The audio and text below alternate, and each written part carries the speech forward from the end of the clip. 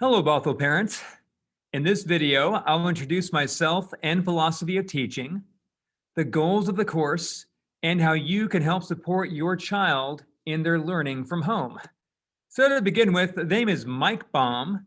I moved here 5 years ago from Alaska to teach at Bothell High. In summers when I'm not teaching, I love gallivanting around the mountains with or without four-legged friends or paddling around our lakes and streams in my kayak. Before COVID, I was a huge traveler as well, traveling internationally almost every summer of my career to bring back stories and photographs to share with my students. As a world history teacher, I am really excited by just the interconnectedness world history gives us, a sense of being one world culture amidst all of our differences, which makes it so rich and so interesting to live in this time of ours. So my philosophy on teaching, first of all, I'd say despite living in an age of Google, where it seems like we can Google everything we need without really knowing anything, I really do think knowledge still does matter. It matters a lot to go through life and to get the references people casually drop at a cocktail party, in a movie, through a meme, in a newspaper article, to be able to read a headline and get the historical things that this new event resembles, making it not new, but a different echo of an old thing. That gives us cultural literacy, which helps us understand the world. And secondly, makes us better citizens as we vote and make decisions that affect not just us, but our entire country. So knowledge and history matters. But beyond that, I think the skills matters too. So when my kids come to class, I want to get them in a routine every day of doing some combination of reading, writing, thinking, and speaking. And beyond that, cooperating, leading, advocating, and managing their own emotional challenges with the 7 courses they have on their course load. And so these 21st century skills are what we practice in history as I preach the virtues of knowledge of our past.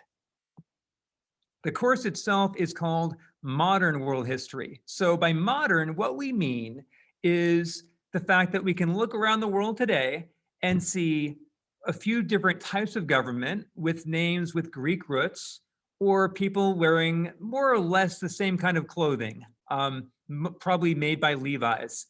This is the modern world we live in, and it's been quite a journey. As you can see from the timeline,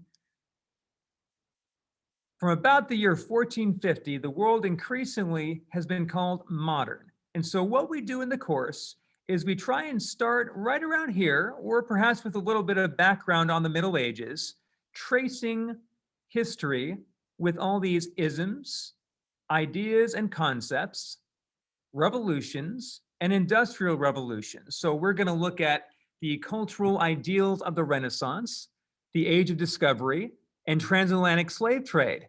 We're going to look at how political ideals of democracy took the world, about how the Industrial Revolution unleashed immense abilities to use technology to increase their standard of living and lead to debates today about how to make the economy fair for everyone. We'll continue the journey looking at the new colonialism of the 19th century, World Wars I and II, and end the school year in around May or June, looking at the post-Cold War world and the rise of new nations. All this and more is my task. It is quite a lot, but I do the best I can by focusing on a few themes. And one of them is just the heritage of the past in general. So as we start pretty soon giving background on the Middle Ages, we'll show how that backdrop led to what we call modern. So that in a nutshell is the course. In terms of what you can do as parents now from home, you should know, first of all, that I put a lot of resources on Schoology. So that's your basic one-stop shop for the course syllabus, for a lot of how-tos on what's the writing format, what's the redo policy, etc. Furthermore, I've organized class material in weekly folders with electronic copies of all handouts. So if a student forgets something, loses a piece of paper, it should be there in Schoology for them to download and maybe print at home or from the library. Furthermore, all due dates are posted to the Schoology calendar, so you can look at the calendar to figure out what's due when and help set a management plan with your child. As for grades, you should know, first of all, that I don't post grades to Schoology. Instead, they're posted to Parent View. So look, please, to Parent View for all grades, all hard numbers and grade totals. What you will find in Schoology sometimes is periodic feedback.